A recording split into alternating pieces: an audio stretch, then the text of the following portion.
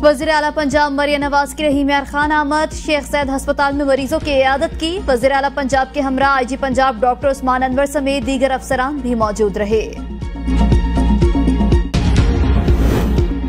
पाकिस्तान की सलामती और सिक्योरिटी इदारों पर हमला हमारी रेड लाइन, इसे क्रॉस करने पर कोई गुंजाइश नहीं रहेगी। नायब वज़ीर आज़म मोहम्मद इसहाक डार का लाहौर में तकरीब से खिताब, कहा पाकिस्तान की बेहतरी, मुआशी तरक्की, खुशहाली के लिए ये मुल्क एक गुलदस्ता है जो कलमा शरीफ के नाम पर बना। इसकी हिफाजत भी अल्लाह ताला ताक़यामत करेंगे। सियासी अदम इस्तेकाम न आता है तो आज पाकिस्तान मुआशी कुव्वत बन चुका होता। जब आज महंगाई का तूफान है, बिजली की कीमतें आसमानों पर हैं, रोने धोने से अब फायदा नहीं, दहशतगर्दी का खात्मा दोबारा होगा। पंजाब हुकूमत के रिलीफ के इकदाम पर तनकीद समझ से बालातर है। पीपल्स पार्टी के साथ कोई ऐसी चीज नहीं है जो हल तलब ना हो। PTI के जलसे से मुतल्लिक कहा कि इस्लामाबाद के चीफ कमिश्नर ने हालात को देखते हुए फैसला किया। आप जानबूझकर ऐसा दिन मुंतखब ना करें कि लोगों को मुश्किलात का सामना करना पड़े। PTI मौलाना फजल रहमान को इत्तेहाद में शमूलियत पर कायल न कर सकी। JUI का किसी अलायंस में शामिल होने से साफ इनकार। मुलाकात की अंदरूनी कहानी सामने आ गई। मौलाना फजल रहमान का कहना है JUI PTI या किसी जमात से अलायंस नहीं करेगी। PTI से ताल्लुकात बेहतर रखेंगे, इत्तेहाद में शामिल नहीं होंगे। इत्तेहाद में शमूलियत से इनकार के बाद पार्लियामेंट में ताउन पर दोनों जमातों का इत्तफाक हुआ। पार्लियामेंट और दीगर मामलात पर इशू टू इशू मुशावरत होगी। JUI फिलवक्त अकेले ही अपनी मुहिम जारी रखेगी। मौलाना फजल रहमान का मजीद कहना है PTI और JUI के दरमियान ताल्लुकात को नॉर्मल बनाना है। दोनों जमातों ने राबते जारी रखने पर इत्तफाक किया।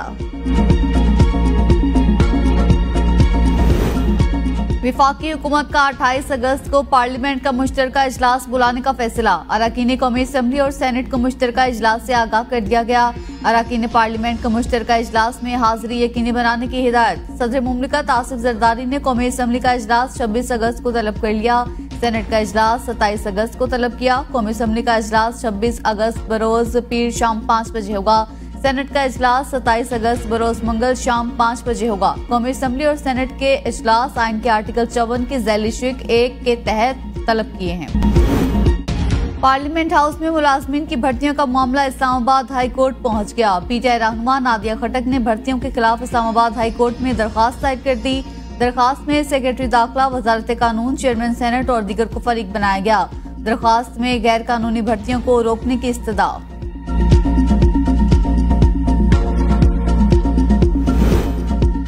लापता भाइयों के केस में हुकूमती इदारों की बेहिस्सी अफसोसनाक है। इस्लामाबाद हाई कोर्ट के अजहर मशवानी के 2 लापता भाइयों की बाजियाबी के केस की समाअत का एक सफ़े पर मुश्तमिल तहरीरी हुक्मनामा जारी कर दिया।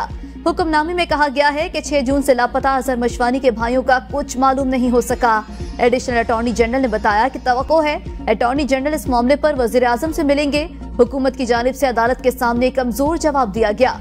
अदालत को उम्मीद नहीं कि मुल्क का चीफ एग्जीक्यूटिव इस केस की तरफ तवज्जो देगा। दरख्वास्त गुजार वकील के जुज़वी दलाइल हो चुके हैं। आइंदा समाअत पर दस्तयाब बेंच के सामने केस मुकर्रर करें।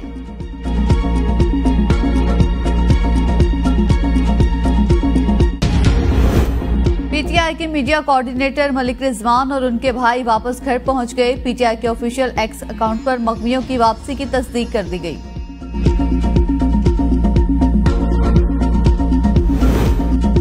आजाद कश्मीर में भी यूटिलिटी स्टोर्स की बंदिश। सैकड़ों मुलाजमीन में तशवीश की लहर दौड़ गई। हुकूमती ऐलान के बाद 109 मुलाजमीन मुलाजमत से बर्खास्त कर दिए जाएंगे। मुजफ्फराबाद जोन में 250 से ज्यादा खानदान मुतासिर होंगे। नौकरी से बर्खास्त होने वालों में 10 से 15 साल पुराने मुलाजमीन भी शामिल। हुकूमत इश्तहारी मुहिम पर करोड़ों रुपए खर्च कर रही है, लेकिन यूटिलिटी स्टोर्स के लिए पैसे नहीं। मशीर इत्तलात खैबर पख्तूनख्वा बैरिस्टर सैफ का यूटिलिटी स्टोर्स बंद कराने के फैसले पर रद्द-ए-अमल।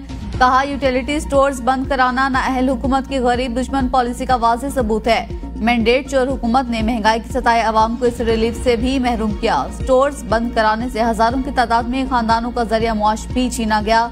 टिकटॉकर राजकुमारी मरियम नवाज जाती तशहीर पर करोड़ों रुपए खर्च कर रही हैं। गरीब आवाम पर पैसे खर्च करने के लिए खजाना खाली है। महंगाई के इस दौर में गरीब जाएं तो कहां जाएं। जाली फॉर्म 47 हुकूमत में गरीब आवाम खुदकुशियों पर मजबूर हैं। 2018 के जो इंतखाबात हुए थे वो एक दानतीज़दा इंतखाबात थे। 2018 के इंतखाबात में आर्टिस्ट बिठा के एक मसनूई शख्स को जो है वो ज़बरदस्ती वज़ीर आज़म बनाया गया। प्रेशर जो था इकॉनमी का वो अगली हुकूमत पे पड़ना था। झूठे वादे किए गए कि जी हम 50 लाख नौकरियां देंगे, 1 करोड़ घर देंगे, तो वो झूठे वादे, उसमें ना कोई एक नौकरी दे सके और ना कोई घर दे सके। साल 2018 में जाली इंतखाबात के जरिए पीटीआई को मुल्क पर मुसल्लत किया गया। पीटीआई की नाअहली का बोझ दूसरी हुकूमतों पर पड़ा। सिंध के सीनियर वजीर शर्जील मेमन की मीडिया से गुफ्तगू, कहा पीटीआई की हुकूमत ने लोगों को नौकरियां देने का वादा किया, इनकी नाअहलियों की वजह से मुल्क तबाही के दहाने पर पहुंच गया। निगरान हुकूमत की नाअहली की वजह से ट्रैफिक के मसाइल में इजाफा हुआ। सिंध हुकूमत ने सबसे पहले ईवी बसों का जाल बिछाया, शहरियों को जदीद बसें फराहम कर रहे हैं, कराची में ट्रांसपोर्ट के मसाइल हल कर रहे हैं। वर्ल्ड बैंक बीआरटी मंसूबे में मुआवनत फराहम कर रहा है। ऑरेंज लाइन बीआरटी तकरीबन तैयार हो चुकी है। येलो लाइन बीआरटी पर वर्ल्ड बैंक के साथ मिलकर काम कर रहे हैं। है पाकिस्तान अगर एक मुल्क रियासत, तो इस टैक्स का हिसाब जो आपको देने वालों को देना पड़ता है। मुल्क का निजाम, आप कह रहे थे कि जितनी मुखालफत हो उतना मजा आता है। ये निजाम ही सबसे बड़ा दुश्मन है और निजाम के तमाम मुहाफिज भी इस मुल्क के अवाम के, इस मुल्क की तकदीर के, मुल्क के मुस्तकबिल के सबसे बड़े दुश्मन है। जब अवाम टैक्स दे रहे हैं तो चीजें डोनेशन से क्यों चल रही हैं? एमकेएम रहनुमा खालिद मकबूल सिद्दीकी का सवाल। कहा कराची का टैक्स कहां लग रहा है, रियासत जवाबदेह है। जागीरदाराना निजाम पाकिस्तान की तरक्की में रुकावट है। बड़ी बेशर्मी के साथ जागीरदाराना निजाम को जमहूरियत कहा जाता है। इस निजाम को गिराने और तोड़ने की जरूरत है। इन हालात में मुल्क नहीं चल पाएगा, इसे ठीक करना होगा। तालीम सबसे मजबूत हथियार है। कराची वालों के पास सेहत, तालीम जैसी बुनियादी सहूलतें नहीं। कराची को बचाना है ताकि पाकिस्तान को बचाया जा सके।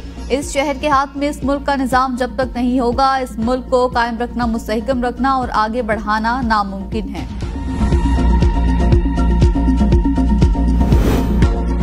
शौदा करबला के चहलम पर सिंध में मोटरसाइकिल की डबल सवारी पर पाबंदी आयद। सिंध हुकूमत के मुताबिक कराची, हैदराबाद, मीरपुर खास, नवाबशाह, सखर और लाड़काना समेत सूबे भर में 26 अगस्त को पाबंदी का इतलाक होगा। चहलम के मौके पर ड्रोन कैमरे उड़ाने पर भी पाबंदी लगा दी गई। सिंध भर के स्कूलों में आम तातील का भी ऐलान।